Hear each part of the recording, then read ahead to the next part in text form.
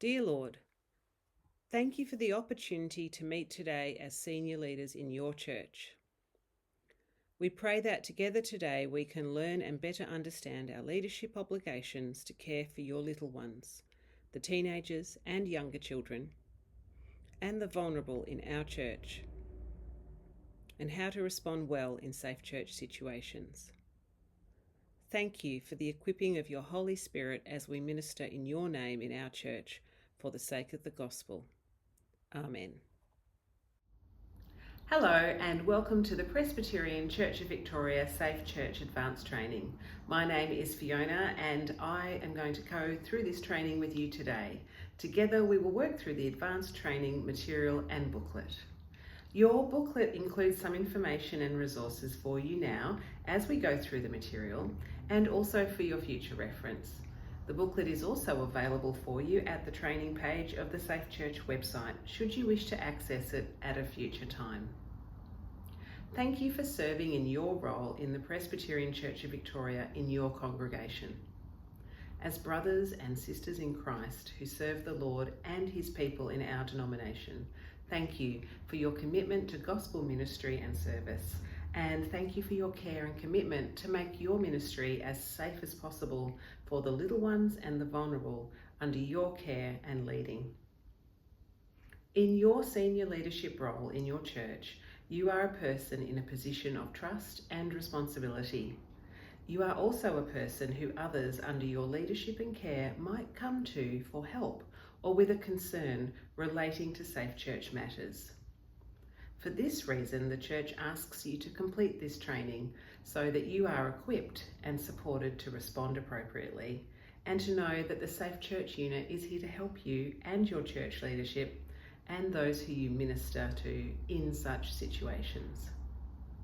Today in the advanced training, we will first review the various obligations upon the church in regards to people safety, followed by looking at how to respond to some Safe Church specific related concerns. We then move on to discussing how the church seeks to prevent sexual abuse and offending in the church, and finally, various resources available to seek help in ministry in safe church situations. If you have any questions about this material or any questions arising from this training, please visit the Safe Church PCV website for further resources and information, or contact the Safe Church unit directly. Before we start this training, it is important to state that the information and material in this training covers the topics of abuse and sex offending. There might be people here today for whom this is an educational exercise and not personal. However, there may also be people here today for whom these topics are personal. Some people here may have experienced abuse or may know someone who has experienced abuse, and these topics are therefore not merely academic, but rather they are personal. If at any time you would like to take a break from the training, please do so and return when you feel able. However, please do reach out and seek help. There are many excellent options for help available, and some options are now on the slide and also in your booklet. Please do seek help and do not hesitate to do so. The Safe Church PCV website and the Safe Church unit are also available for help relating to seeking help and advice for people who have suffered abuse. Let's now turn to section 1 of the training. The first thing to state clearly is that the most important obligations upon senior leaders in our church come from the Bible, the Word of God. Scripture commands leaders to act as shepherds for the flock, caring for, leading, feeding and protecting the sheep, especially the lambs, who by their age are particularly vulnerable to predators and harm. As Christians, our God calls us to take the highest care and protection of the children and the vulnerable in our church. In addition to the biblical mandate to do so, there are a number of legal and church obligations upon the Presbyterian Church of Victoria as a denomination and upon our congregations and ministries. As senior leaders in your church, it is important that you have been made aware of these obligations and the impact these have upon your ministry and responsibilities. This slide shows all of the various child protection and vulnerable people protection obligations upon the church. You will recall some of these from your basic training. For example, failure to protect, failure to disclose, the Safe Church policy and the Safe Church Code of Conduct. You will also recall from the basic training that you are a mandatory reporter of child physical and child sexual abuse. As a senior leader in our church, you are a person who is appointed by your session or otherwise recognised as a leader in a religious organisation. And this means you are a mandatory reporter in the state of Victoria. Remember to always contact the Safe Church unit in regards to any concerns, reports or disclosures relating to child physical or sexual abuse in your congregation. The Safe Church unit will assist you in these matters to ensure that you fulfil your mandatory reporting obligation. Alternatively, you can report externally and then report to the Safe Church unit afterwards so that your church can minister and respond as needed in the situation. Victoria has 11 child safe standards which apply to all organisations with children in Victoria. This includes schools, kindergartens, sporting clubs, mosques, temples, churches and other religious bodies. The child safe standards are compulsory minimum requirements to create and maintain a child-safe environment and better protect children from risks of abuse, and they apply to organisations that provide services for children, like the church.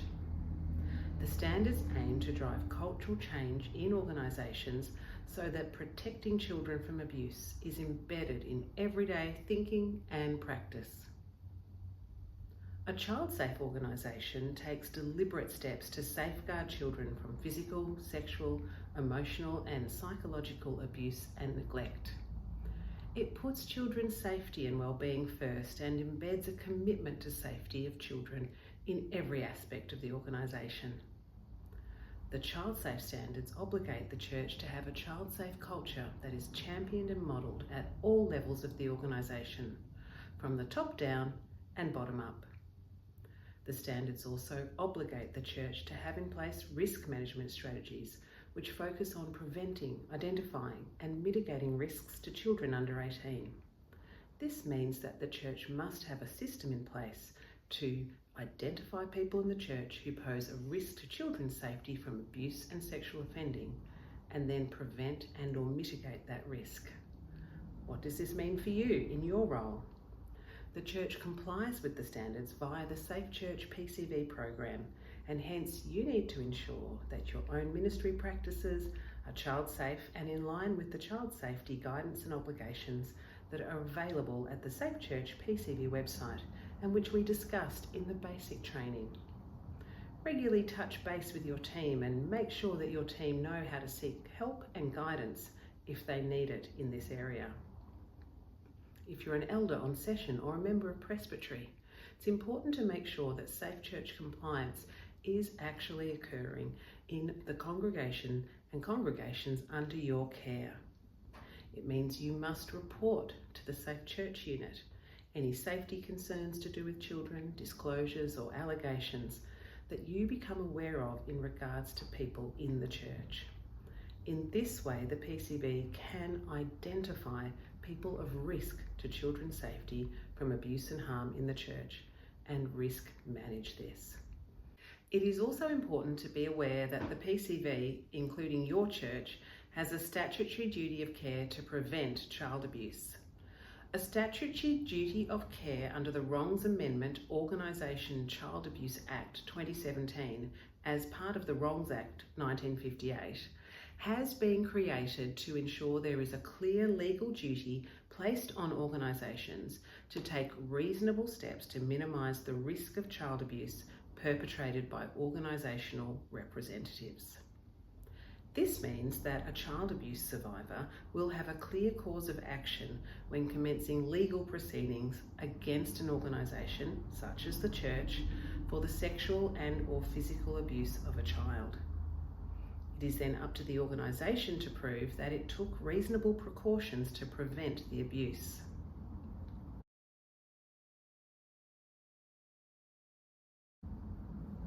In Victoria, the Betrayal of Trust Inquiry report found that perpetrators of child abuse in organisations often obtained credibility, trustworthiness, and easy access to children from their position within that organisation. It also found that instances of organisational child abuse have been facilitated by the trusting relationships that are created by a perpetrator's association with an organisation, such as the church. Under the duty, organisations are required to take reasonable precautions to prevent the abuse of a child by an individual associated with the organisation while the child is under the care, supervision or authority of the organisation. If child abuse occurs, the organisation is presumed to have breached the duty unless it proves it took reasonable precautions to prevent the abuse. Under the duty, organisations exercising care, supervision or authority over children must take reasonable precautions to prevent sexual abuse and or physical abuse of a child. Previously, the person bringing the civil claim, the plaintiff, against the organisation had responsibility, the onus of proof, for proving that the abuse occurred and the organisation is liable. Under this duty, this responsibility is reversed. This means that once a plaintiff proves that child abuse within the scope of the duty has occurred, the onus of proof shifts onto the organisation, for example, the church, which is deemed to have breached the relevant duty unless it can prove that it took reasonable precautions. So what does this mean for you in your senior leadership role? If you are an elder on session, ensure that your church is Safe Church compliant and that your Safe Church representative is maintaining compliance and compliance records according to their role. You must make sure that nobody in your church is working with children who has not undergone the volunteer approval process, and that if you call a new pastor, minister or pastoral ministry worker, that they have been screened according to the appointments process. It also means that you must contact the Safe Church unit to report any child safety concerns, disclosures, information or allegations that you become aware of in regards to people in your church. In this way, the PCV can then identify risky people in regards to child safety and then respond to prevent and or manage the risk of harm to children posed by these people. The PCV uses risk management plans, including safety agreements, to manage people who have been identified as a risk to children's safety from abuse. Victoria has a reportable conduct scheme to oversee allegations of child abuse and misconduct in organisations, including churches.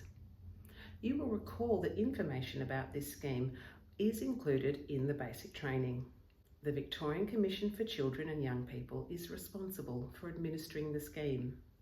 The scheme places obligations on heads of organisations that are covered by the scheme.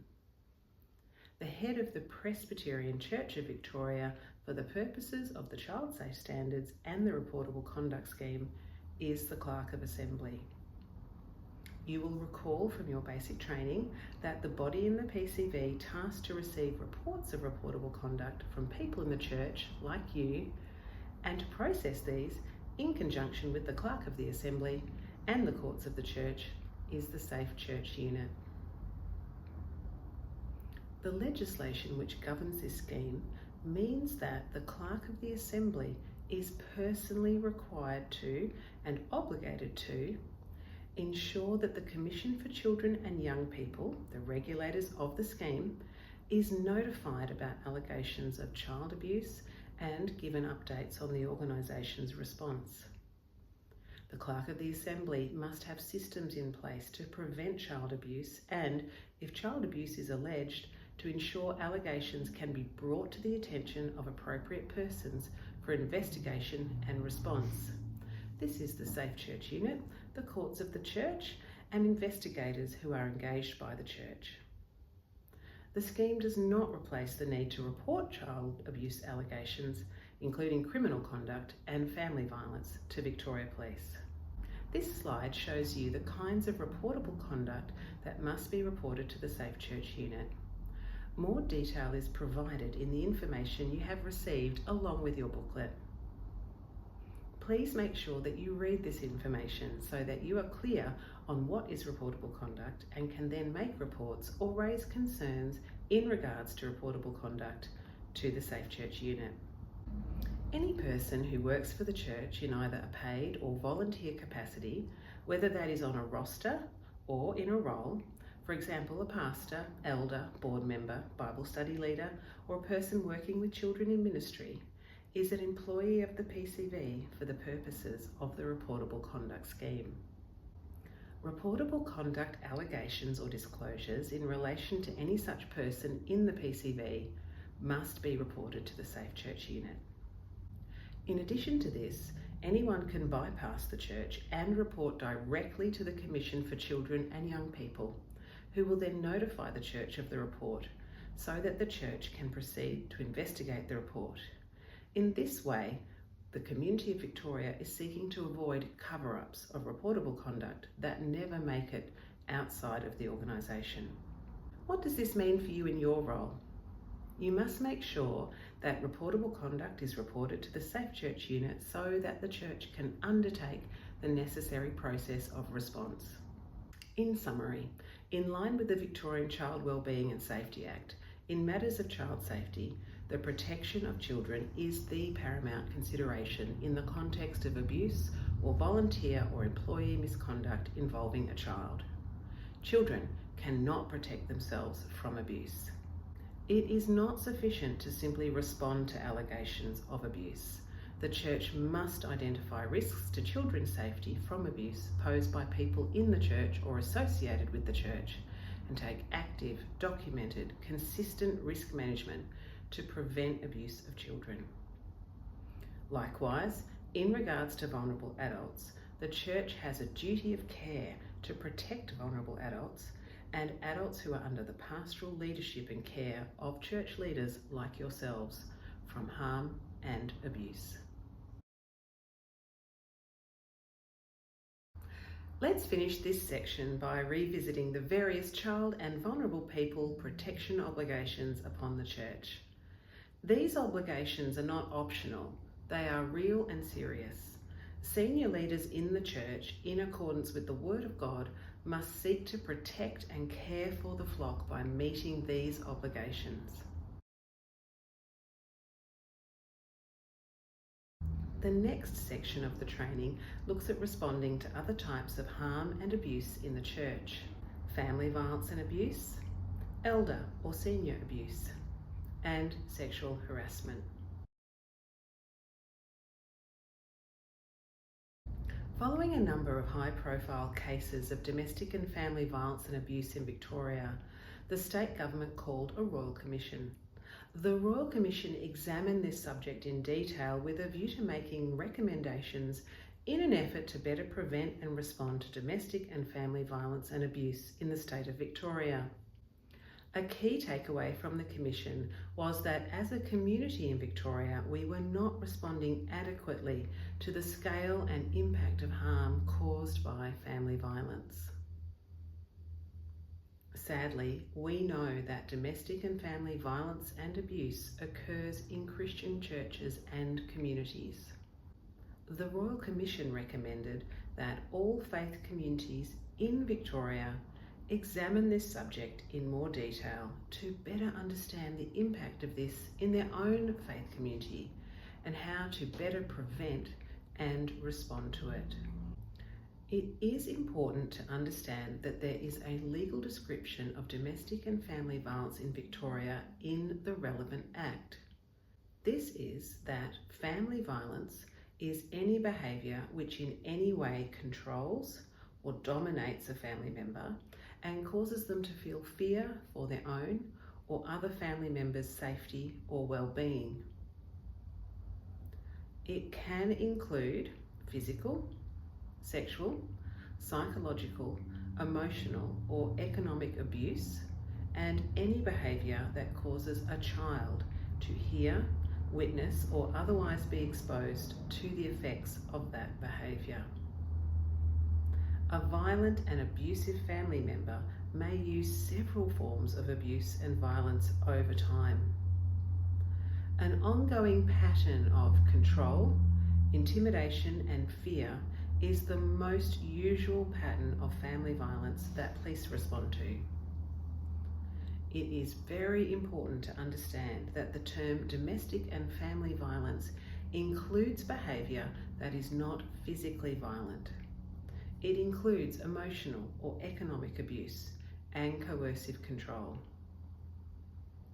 There are a number of signs of coercive control in a relationship, including isolating a person from their support system, including family and friends, monitoring a person's activity throughout the day and denying them freedom and autonomy, name-calling and severe criticism, making jealous accusations about the time a person spends with family or friends.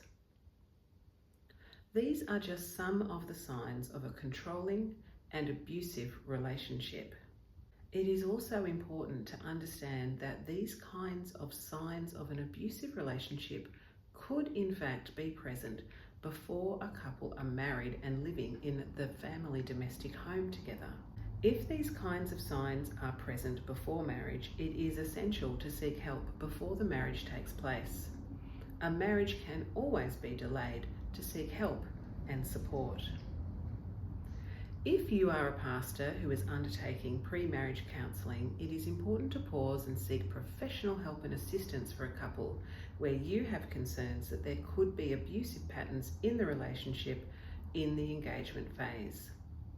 Some of the other warning signs of an abusive relationship include trying to limit a person's freedom and independence through constant check-ins with the person. For example, not allowing a person to go to work or school, restricting their access to transportation, including the family car, stalking their every move when they are out, taking the person's phone, changing passwords, monitoring their phone and internet usage, email, texts, social media use. Another warning sign is isolating the person from their family and friends as a way of phasing out all contact with the external world, except for the abusive, controlling relationship partner, whether that be a spouse or a fiancé or a girlfriend or a boyfriend. As a senior leader in your church, you might be the one person someone in your church feels free to speak to about their relationship, to seek help and support, and try and understand what's going on. This is why it is so important to be aware of the signs of an abusive relationship in order for you to know when to seek help and advice in ministering to and pastorally caring for someone in such a relationship. In response to the Royal Commission recommendation to faith communities, our church has put in place a statement in regards to domestic and family violence. This statement includes helpful information about the understanding of this subject from a biblical worldview. This statement includes the following position of the church. The Presbyterian Church of Victoria is firmly opposed to all forms of domestic and family violence. Husbands are specifically told, "Love your wives as Christ loved the church and gave himself up for her," in Ephesians 5:25. And are warned to love their wives and not be harsh with them, and to live with them in an understanding way. Colossians 3:19 and 1 Peter 3:7. Therefore, any attempt to twist the biblical teaching to tacitly sanction domestic violence or abuse is a gross perversion of the Bible's teaching. Domestic and family violence is repugnant to God and an anathema to the biblical model of sacrificial love and service. Remember, domestic and family violence can happen to both women and men. In both situations, the response is the same: to listen, to support, and to seek help. You can access the statement on domestic and family violence at the Safe Church PCV website, at the adults page, and also at the PCV website. The key takeaway for you as a senior leader in your church is that you need to seek help and guidance in any ministry situation where there is either a disclosure of family violence made to you by someone in the church, or where you have concerns that there might be family violence in a relationship. You will also recall from your basic training that where there are allegations or disclosures relating to family violence, where there are children under 18 in the household, this requires a mandatory report to Child Protection by the church and by yourself. Contact the Safe Church unit for advice, support, guidance, and reporting.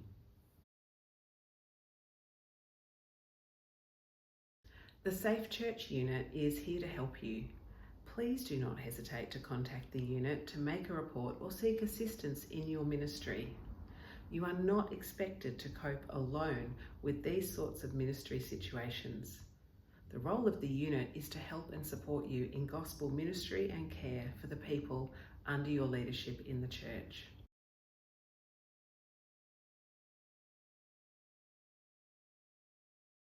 You might also become aware of elder or senior abuse in relation to an older person, usually aged over 65, in your church.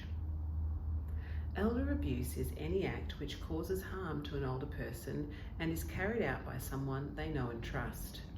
The abuser might be a son or daughter, a grandchild, a partner, another family member, a friend, a neighbour, or even a carer in either a professional or a non-professional setting. The harm caused to an older person may range from the effects of verbal harassment through to serious physical injury inflicted deliberately. Harm can also include emotional harm and financial loss, including the loss of a home and belongings. The older person may be dependent on the abuser, for example, if they rely on the abuser for care. So what are the types of elder abuse? Elder abuse can take many forms. Often more than one type of abuse can occur.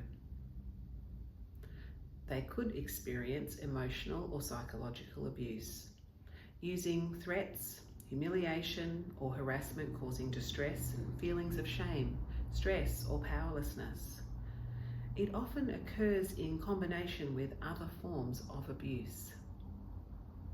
Neglect, intentionally failing to provide the basic necessities of life, such as food, medication, warmth, etc. Financial abuse, using someone's money, property, or other assets illegally or improperly, or forcing someone to change their will or sign documents. Physical abuse, inflicting pain or injury by hitting, slapping, pushing, or using restraints. Social abuse, forcing someone to become isolated by restricting their access to others, including family, friends, or services. This can be used to prevent others from finding out about the elder abuse. Sexual abuse, any sexual activity to which the older person has not consented. This can be perusing sexually explicit print or electronic materials in front of the older person, not giving the older person privacy when they bathe or shower, or sexual assault. Some forms of abuse are criminal acts, for example, physical and sexual abuse. Alleged criminal activity should always be reported to the police. So therefore, it is important to seek help and advice in regards to elder abuse if you know or have concerns that someone in your church is suffering.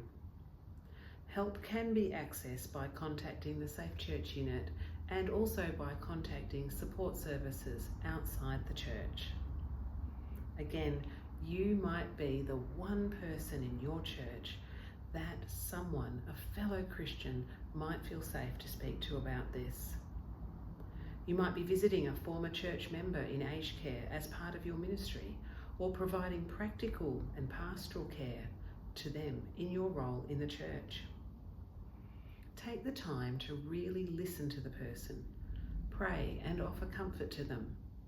Later, after your time of ministry and care, contact the Safe Church unit to report and for resourcing and support.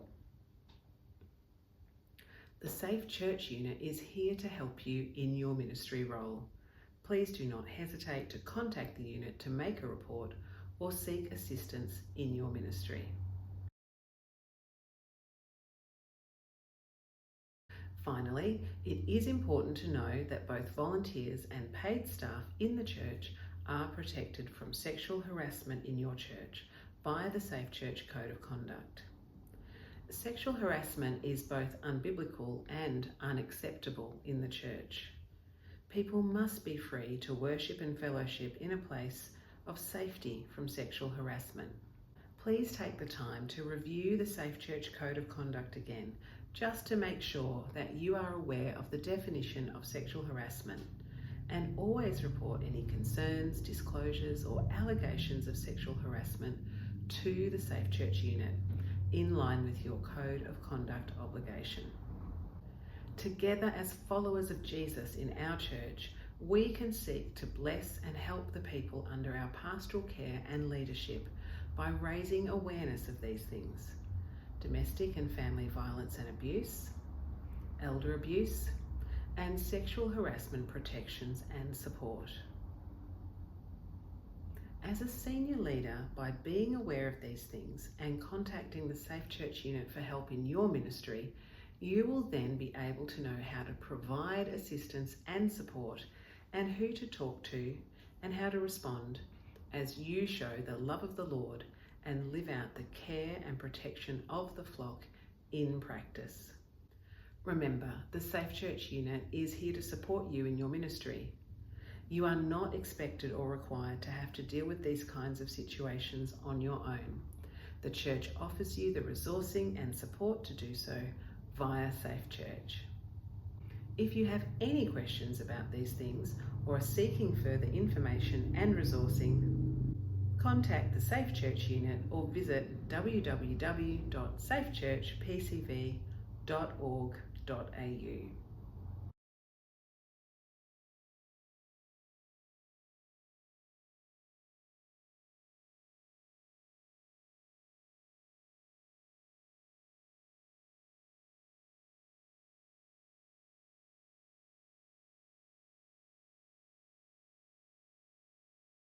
We now turn to the next part of the training: preventing sexual abuse and offending in the church. In Australia, the federal government undertook a royal commission into institutional responses to child sexual abuse. It is important to consider the impact of the Royal Commission upon the Christian churches in Australia as we seek to prevent sexual abuse of children in our church. The Royal Commission was a 5-year inquiry which, among other things, revealed that child sexual abuse happens in institutions and organisations, including churches. The churches have not been equipped to either identify risky people or prevent child sexual abuse before it happens. Some child sex offenders seek out victims in churches to offend against them. By considering these things, churches have been able to seek to design and implement systems of protection and safeguarding of children in churches. The Royal Commission released a final report and recommendations for various organisations and institutions, including recommendations for religious organisations, which of course includes churches like ours. As seen here, the Commission heard and collected a vast amount of evidence relating to the sexual abuse of children in institutions. This includes in religious organisations such as churches and Christian ministry settings. The Commission's final information update, published at the end of the Commission, showed the proportion of survivors who told the Commission they were abused in a religious institution and which institution this occurred in. These statistics included here from most survivors to least in regards to organisations which were denoted as Christian by the Commission show where that abuse took place in these so-called Christian churches. Sadly, the Commission showed that in these institutions there was a failure of leadership to report and take appropriate risk management measures to protect children. Leaders failed children and families because of their approach.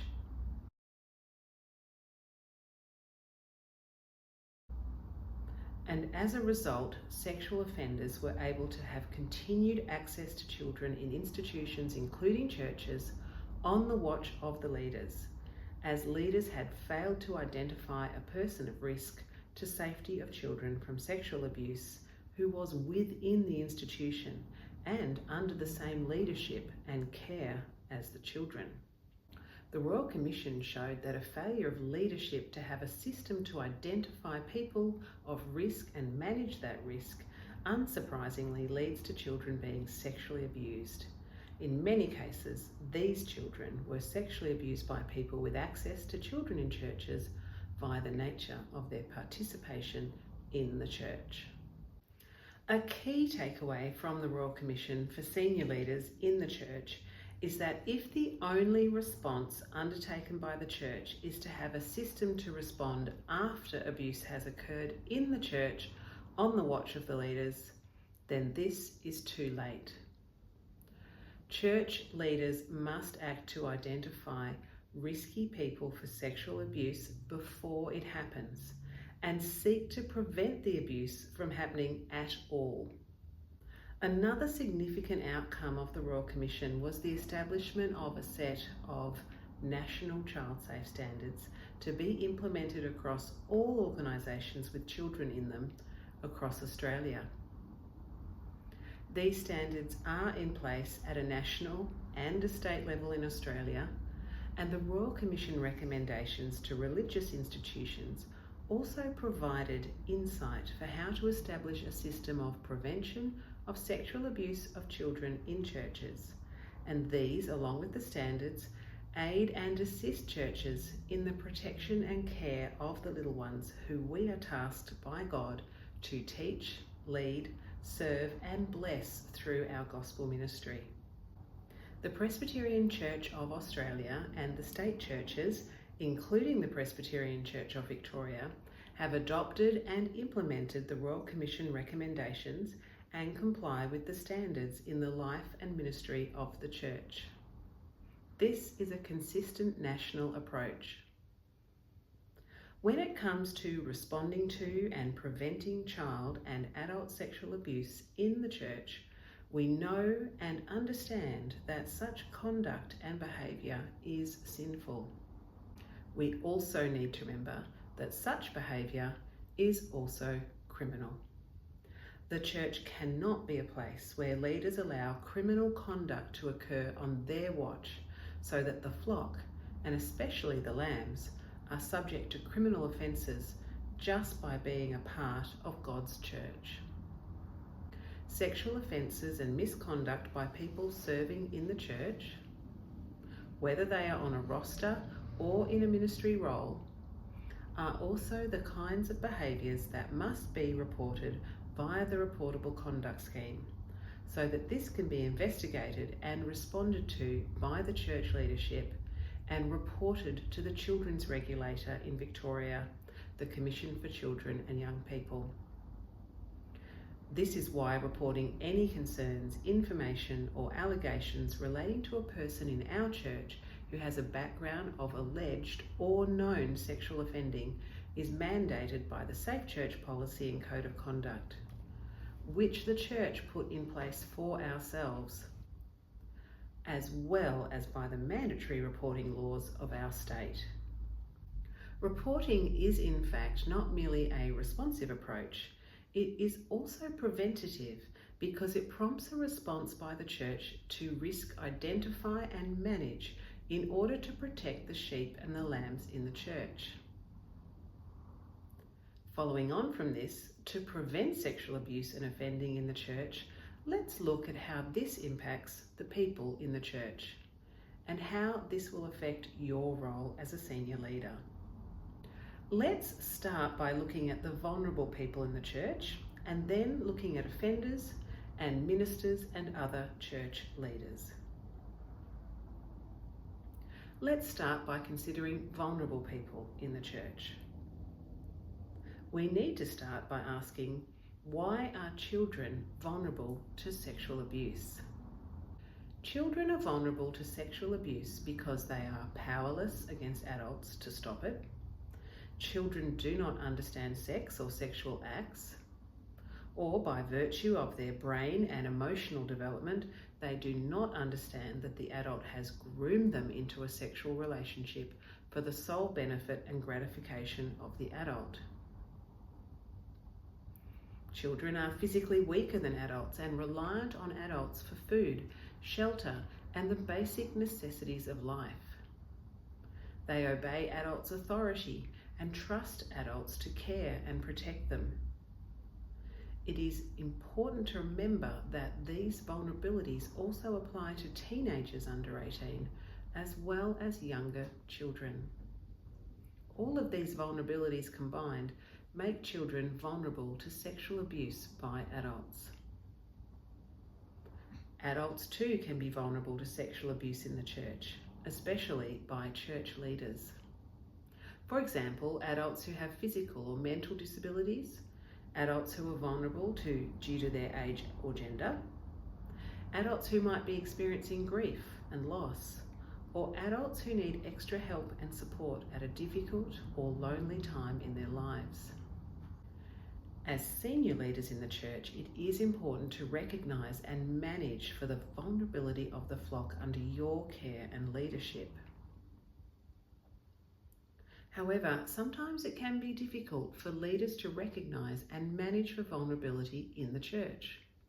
Why is this so? Leaders can be busy, distracted by the program and the duties of their role, perhaps distracted by administration and rostering tasks, or they become so familiar with the people under their care that they simply don't think of the vulnerabilities or see the vulnerabilities any longer due to familiarity and relationship. We can far better prevent abuse in our church when the senior leaders, people like you, remember that children are vulnerable to be preyed upon, and there are vulnerable adults amongst us who are also vulnerable to be preyed upon. And then we manage for this as senior leaders and put in systems of safety via the Safe Church program and ensure that there is a culture of listening and reporting Safe Church concerns in our own church so that the vulnerable are heard, seen and cared for. Let's now consider risky people for sexual abuse and sex offending in the church. To do so, we need to ask, who is a risky person for sex offending and sexual abuse? This is a question that the Royal Commission showed was not considered by leaders in the past, and hence this lack of consideration is a factor in the lack of systems of risk identification and management in churches. Why was it not considered by leaders? Well, the very question itself, who is risky for sex offending, is an unpalatable question, and understandably so, especially in a Christian church or Christian setting. One of the reasons why this is an unpalatable question is that it is hard to know what term to use to discuss such a person in church. This could be a person who is known, loved and trusted. Hence, a term used to describe people of risk for abuse that is more appropriate within that context is needed. This particular term is used across many Christian denominations and ministry organisations to describe a person who is risky for abuse, and specifically sexual abuse and sexual offending, who is in your church or in the ministry. The term is referred to as a person of concern, and this term assists churches and ministries in being able to identify and manage a risky person who is in the organisation, where risk management is possible. A person of concern in a church setting might be someone who is well known to the church, or it might be someone new to the church or who is not a regular participant at church.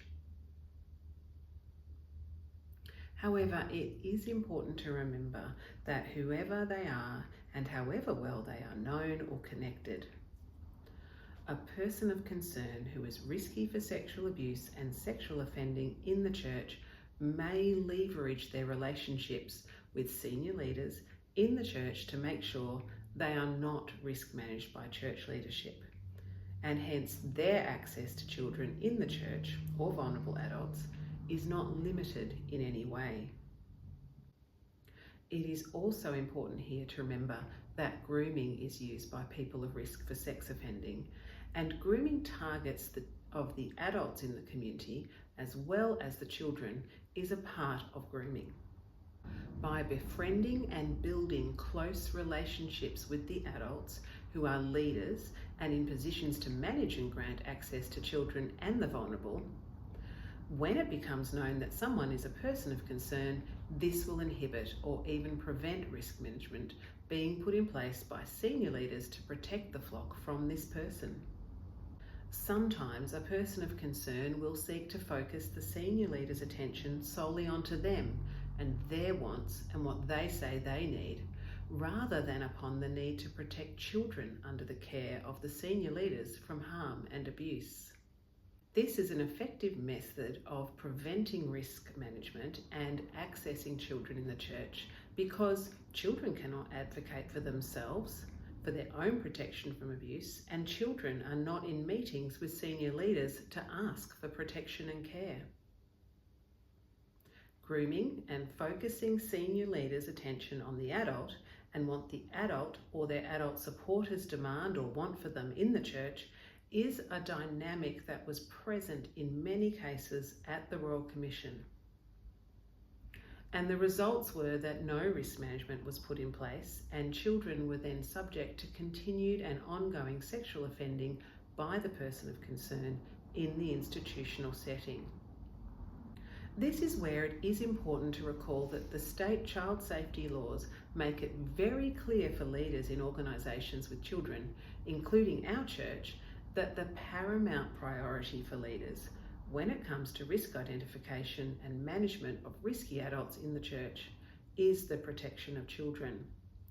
It's not what the adult demands or what the adult wants or what their supporters or people of influence or power want for them. For senior leaders, it is essential to remember that the risk that is being managed here is sexual abuse. Sexual abuse of children happens in secret. Leaders won't see it happening, and offenders use silencing techniques and grooming to silence children from telling others what is happening to them. Younger children won't necessarily have the words or speech to be able to describe what is happening to them.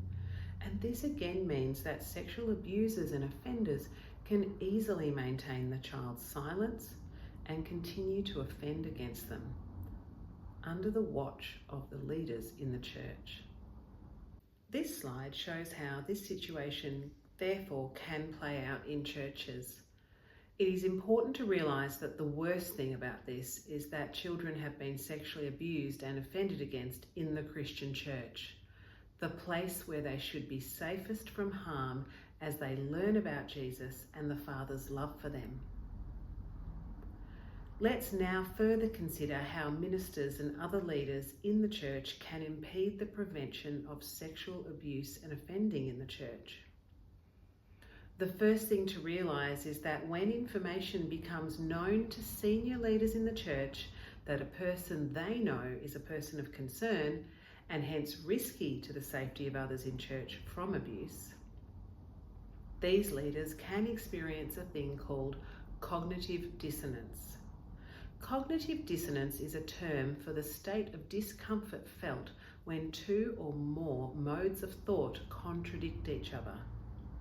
The person experiencing cognitive dissonance in this is trying to reconcile two things: their own understanding of a person based on their own experience and the information that the person has a background of risky behaviour in regards to sexual abuse or offending. Trying to reconcile their own thoughts, feelings and assessment of this person with this information leads to extreme mental discomfort, and it can also cause spiritual distress for some Christian leaders. When this happens to a senior leader in the church, they very often do not want to believe and accept that this information is real, or that it means that the person they know could in fact do such things, or perhaps even repeat that conduct. This discomfort can lead to even anger and distress, and in turn then lead to inaction to respond to the information and move into seeking to assess risk and manage risk. This cartoon helps us understand this better and how it could affect senior leaders such as yourselves. It shows two eagles at the top of the food chain discussing information from Mr. Mouse at the bottom of the food chain, relating to the behaviour of the owl towards the mouse. One eagle says to the other, "Do you think the owl is a predator?" The other eagle replies, "Of course not. He's never bothered me." "Exactly," says the first eagle. No idea what Mr. Mouse was going on about. This cartoon helpfully explains the dynamics of a failure to protect and risk manage persons of concern in the church. The eagles are the senior leaders, and they are not the target of predatory sexual behaviour by the owl, the abuser.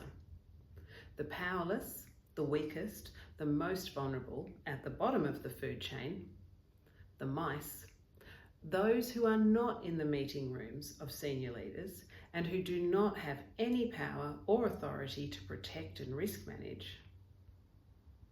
These people are the target of the predatory behaviour.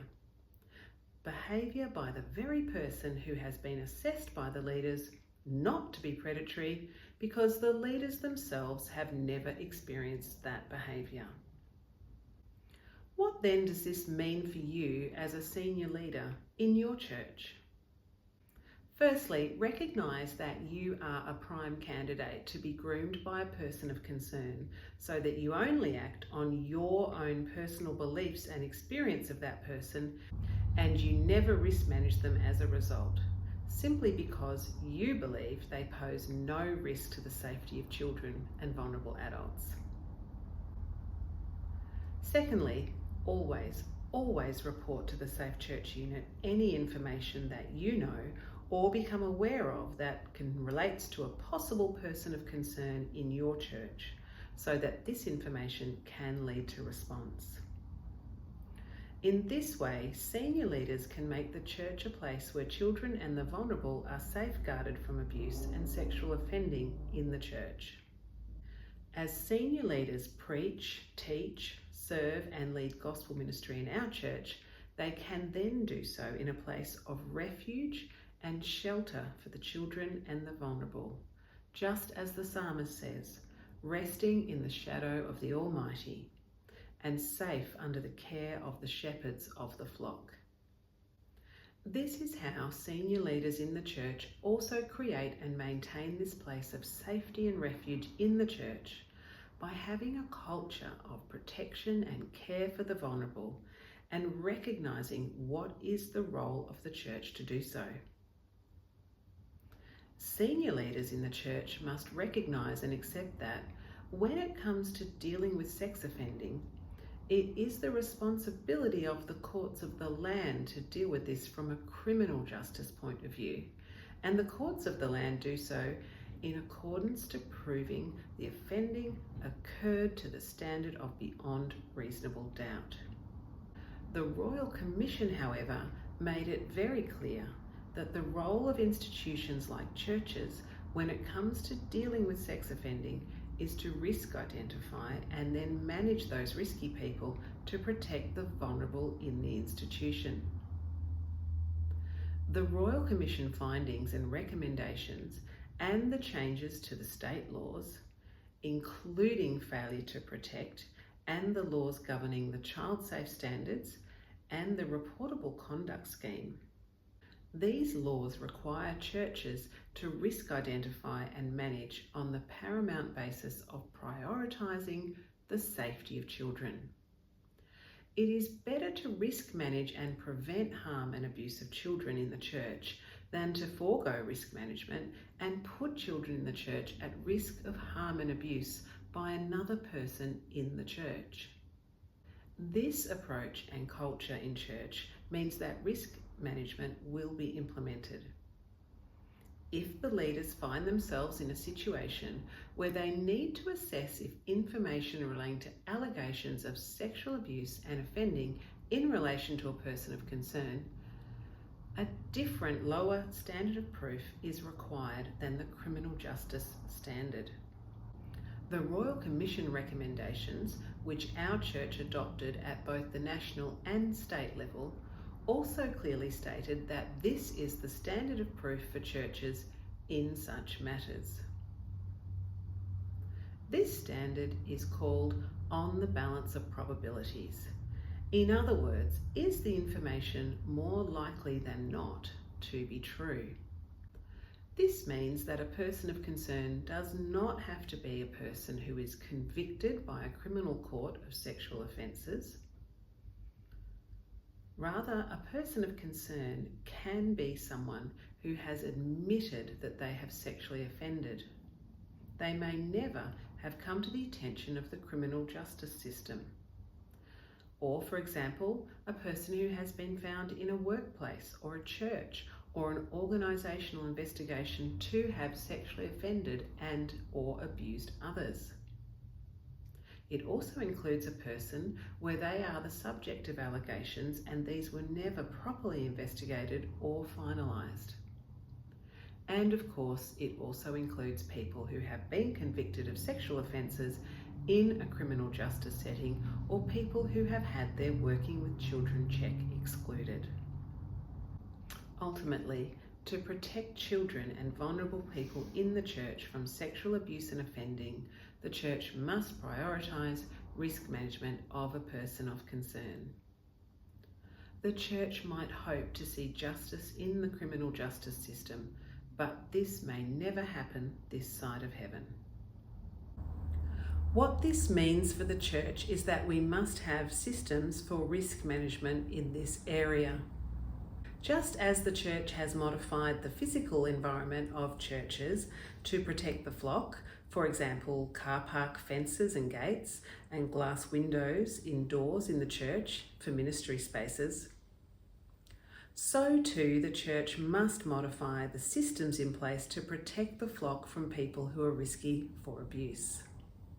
Risk management is not easy and requires management of a number of different aspects as shown here. However, it must be remembered at all times that the safety of the vulnerable is the paramount concern for leaders. Leaders may at times feel like they are trying to juggle these aspects. However, by having a system of risk management of persons of concern, leaders can more effectively deal with these situations. The church uses risk management plans to manage the risk of persons of concern, where the church can actually safely include a person of concern. A risk management plan sets out the conditions of the person's involvement in the church and states that the church leaders will monitor the person at church, intervene for safety, and monitor the person as well at church activities. Church leaders will report to the Safe Church unit and authorities any newly known allegations, concerns, conduct, or information relating to the person of concern or their behaviour. A risk management plan is documented at session and becomes part of the evidence that the session and the Presbyterian Church of Victoria are meeting their legal obligations to safeguard the vulnerable from risk of abuse and harm. The session may have the risk management plan known only to session and discreetly manage the risk. Or the person of concern may be required to sign a risk management plan known as a safety agreement. This is where the conditions of the person's involvement in the church are clearly stated in writing and the person agrees to abide by these. The safety agreement also includes the provision of specific pastoral care for the person of concern to aid and support them in their walk with the Lord and their life in the church. If the person refuses to sign the agreement, then the person must leave the church. The session ultimately carry the risk of the person of concern being in the church, and the session and the PCV are responsible to ensure that the plan is consistently implemented and action is taken to report any breaches, allegation, or new information relating to the risk. There are circumstances where a church cannot accommodate a person of concern on a risk management plan. For example, the person of concern might refuse to comply with the plan or refuse to accept that the leaders have identified them as a risky person who must have their access to children and the vulnerable restricted and managed by this plan. In such a situation, the person of concern cannot be safely included in a church as they will not submit to the other leaders of the church and the necessary system of safety to allow for them to be in the church community. Some sex offenders are simply too risky to be in places where there are children. Others may have been placed on the sex offenders registry and they are prohibited from being in communities where there are children. Church leaders make the decision as to whether or not they can carry the risk of having the person of concern in the church, and they may or may not be able to reasonably manage the risk with a risk management in place. For example, there may simply be too many children in the church to be able to safely accommodate a child sex offender. Where the person of concern cannot safely be included in the church leadership will offer the person ministry outside the church setting. For example, with the offer of ministry by 2 elders via Bible study and prayer in a location that is not on the church premises or with the church community. A person of concern can be instructed to leave the church. The church leaders have the right to withdraw the invitation to worship and participate in the church from a person of concern. In some circumstances, this will be required and the person of concern cannot stay in the church. This is another reason why church leaders are obligated to report to the Safe Church unit in regards to information and knowledge they have about a possible person of concern in their church, or where allegations of sexual abuse or offending are raised to church leaders, so that the Safe Church unit can notify and work with the session and or the presbytery to commence the response of risk assessment and management where appropriate. Hence, it is important for senior leaders to understand that risk management plans for a person of concern are pastoral in intent, but they can only be implemented in some circumstances and sometimes not at all. Sessions are not obligated to include a person of concern in their church. Sessions have the right to exclude a person of concern from the church. Sessions and presbyteries must, however, make these decisions on the basis of the paramount need to protect the children and vulnerable from harm and abuse in the church. The wants, demands, or stated needs of the person of concern from the leaders and or their advocates or supporters are not the priority for sessions or presbyteries. The protection and care of the children and vulnerable in the flock are the priority. Sessions may offer Christian ministry and care to a person of concern outside the church setting and outside church services, meetings and activities, so that a person of concern can still receive Christian ministry from the church if the person of concern accepts this offer from the session. It may also be in the long term that the person cannot be managed safely for inclusion in the congregation. For example, if they are subject to new allegations or charges, or further offending from their past becomes known to the church. If the person has signed a risk management plan known as a safety agreement, where the conditions of the person's involvement in the church are clearly stated in writing and the person agrees to abide by these, and then the person of concern breaches the conditions of this agreement, this will result in them being instructed by the session to leave the church. These are the guiding principles in regards to managing a person of concern in a church. By implementing Safe Church PCV in the church in regards to persons of concern, senior leaders and the PCV seek to safeguard the vulnerable while including and ministering to risky people where safe inclusion is possible. In this way, the PCV seeks to live out 1 Peter 2:12. Live such good lives among the pagans that, though they accuse you of doing wrong, they may see your good deeds and glorify God on the day He visits us. We want our church to be the place where others say, if you want your child to be safe in an institution, take them to the church. This leads us to the final section of the training, seeking help. What should you as a senior leader do when you become aware of any of these kinds of issues in your church, whether that is reportable conduct, domestic and family violence and abuse, intimate partner abuse, elder abuse, sexual harassment, or a possible person of concern in your church? Stop and seek help. Do not try to manage this on your own. Always report to the Safe Church unit as per your reporting obligations under Safe Church PCV and seek help. It is always right to ask for help. Please do not hesitate to do so. You are not expected to handle these matters on your own. The church wants to resource and help you in your ministry and make sure that you meet your legal obligations. There are resources listed in your booklet for ministering in these kind of Safe Church situations. Resources are also made available to you via the Safe Church PCV website. Always contact the Safe Church unit for help and support in your ministry role.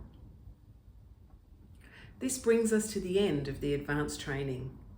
Thank you again for serving in your church and in our denomination. May God bless you in your senior leadership role and in your ministry. Let us pray together to close the training. Dear Lord, thank you for the training we have shared together today. Please help us, Lord, to share your good news in our church in the safest way possible as we seek to bring glory to you. Please help us, Lord, to speak up and seek help to care for and protect those people under our leadership. Grant us wisdom and understanding as we minister your gospel and fellowship together in our church. Thank you for the love of Jesus Christ for your church. Amen.